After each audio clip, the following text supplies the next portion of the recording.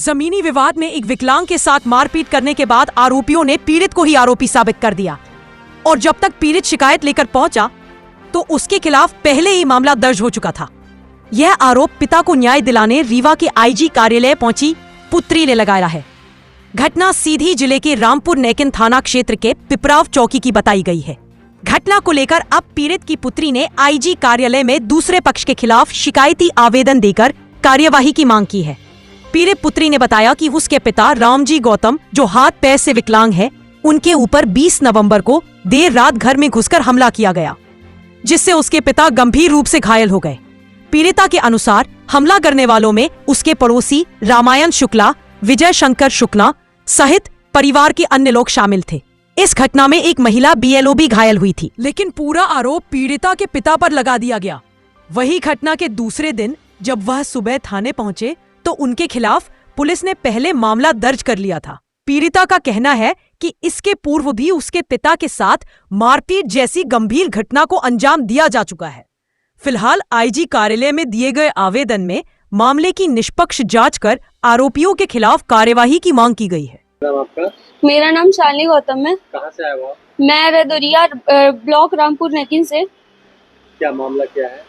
मामला ये है कि मेरे पिताजी ने खेती की हुई थी और गाली दिए होंगे और क्या बोलते हैं, जो रामदयाल शुक्ला हैं, इन्होंने पूरी खेती चरा ली थी।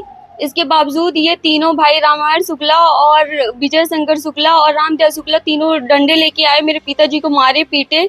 उसके बावजूद मेरे मामा जी उधर से आए तो देखे तो उन्होंने बोला कि ये क्या कर रहे हैं आप, तो उनको भी मारे। और फिर मामा जी ने अपनी जान बचाते हुए वही डंडा उठा के इनको मारा तो बीच में आ गई उनकी बीवी, जो कि बीएलओ है वर्तमान में, और वो भी तलाकशुदा बीएलओ है। मतलब जो शादी हुई थी इनकी, जो ड्यूटी पाई थी, तो उस टाइम पे ये मतलब तलाकशुदा होके पाई हैं।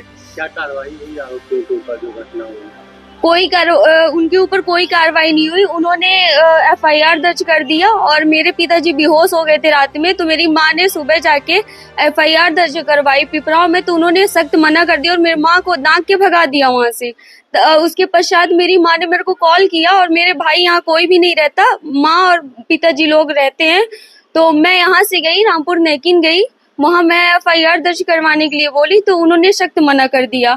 उन्होंने बोला बेटा यहाँ कुछ भी नहीं होता है, आप जाओ मजिस्ट्रेट जाओ।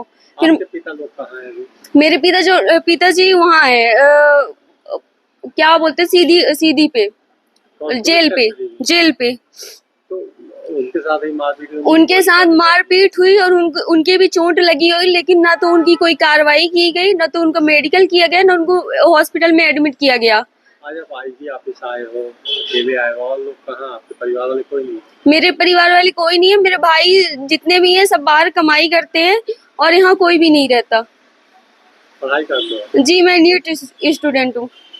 अभी क्या चाहते हो? मैं चाहती हूँ कि ये एक पक्ष होके क्यों कार्रवाई कर रहे हैं, मेरे पिताजी का ये पुलिस क्यों नहीं सुन रही है, रामपुर नेकिन और इधर की जो कि मिली जुली है इस टाइम पे। अभी आईजी ऑफिस आपने ज्ञापन दिया, क्या आश्वासन दिया? जी, मैंने दिया है, आईजी ऑफिस में दिया है कि मेरी पूरी कार्रवाई की जाए। उनके अगर लगा हुआ है तो उसको देखा जाए, जाके पूरा वो देखा जाए, मेडिकल देखा जाए, उनकी चोटें देखी जाए कि कहाँ लगा हुआ है हर चीज, और मेरे पिताजी को भी देखी जाए।